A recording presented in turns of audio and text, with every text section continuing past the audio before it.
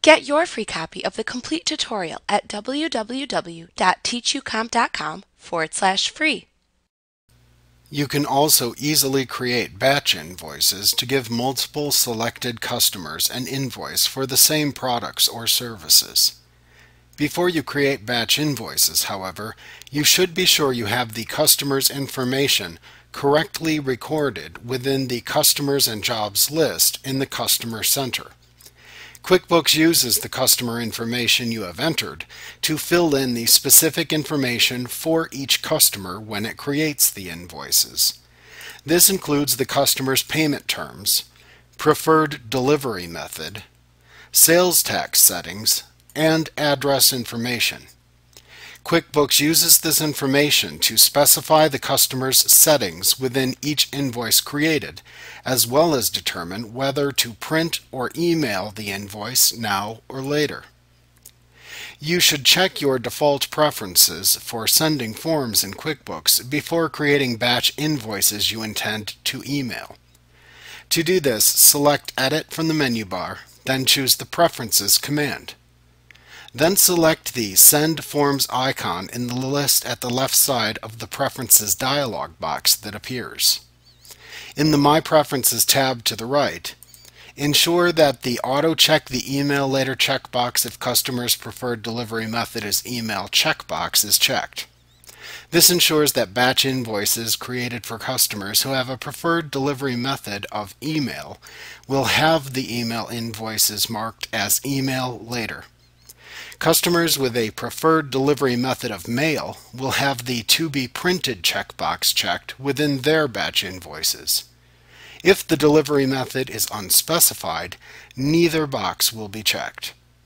After checking the Send settings in the Preferences dialog box, click the OK button to apply them. To create batch invoices, select Customers from the menu bar, then choose the Create Batch Invoices command. You can click the OK button in the message box that appears if needed. In the Batch Invoice window, you can then select the customers for whom you want to create batch invoices. To create a one-time batch invoice for selected customers, select the names of the customers or customer jobs from the left list, and then click the Add button to move them into the list at the right side of the dialog box. To instead create a billing group of customers to more easily select a set of customers for whom you may send out regular batch invoices in the future, then instead click the Add New choice that appears in the Billing Group drop-down in the upper right corner of the window to open the Group Name dialog box. Type a name for the billing group of customers into the Name field.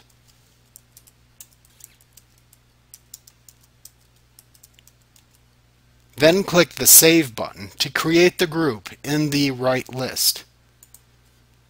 Then select the names of the customers or customer jobs to add to the group from the left list and click the Add button to add them into the group at the right side of the window.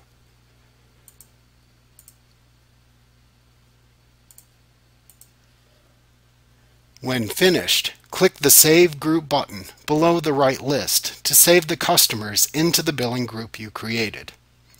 In the future, you will be able to select the name of the billing group you created from the Billing Group drop-down to automatically select those same customers in the group when creating batch invoices.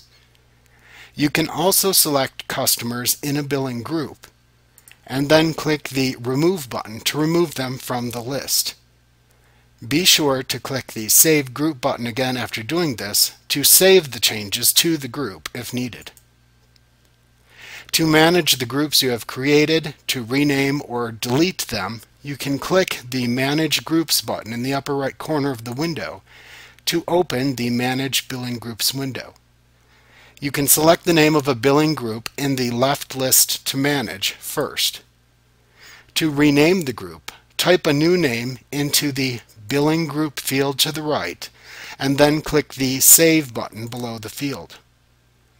To delete the billing group, click the Delete button that appears below the billing group field, and then click the Yes button in the confirmation message box that appears.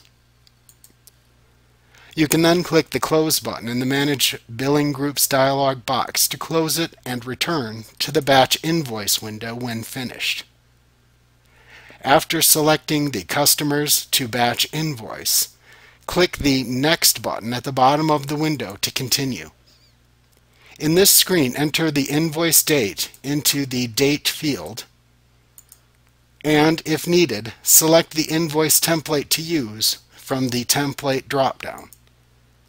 Then enter the line items that will appear in the invoice by clicking into the first row under the item column and selecting the first invoice item from the drop-down that appears. Enter the quantity and rate for the item under the quantity and rate columns, and be sure to check or enter the value within the amount column if needed. Repeat this process as needed until you have added all of the required line items into the line item area. If needed, you can enter a customer message to print on the batch invoices by typing it into the customer message field at the bottom of the screen. When finished, click the Next button to continue.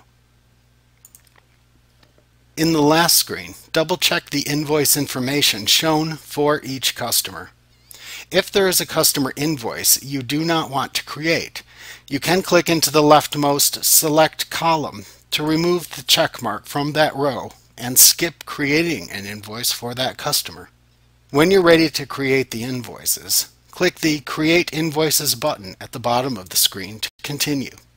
In the Batch Invoice Summary dialog box that appears, you can see the summary of the invoices that were created, grouped by send method. To batch print the invoices from this batch group, click the Print button in this dialog box. To batch email the invoices from the batch group, click the Email button. When you are finished reviewing the summary, you can click the Close button in the dialog box to close the window. Like what you see? Pick up your free copy of the complete tutorial at www.teachucomp.com/free.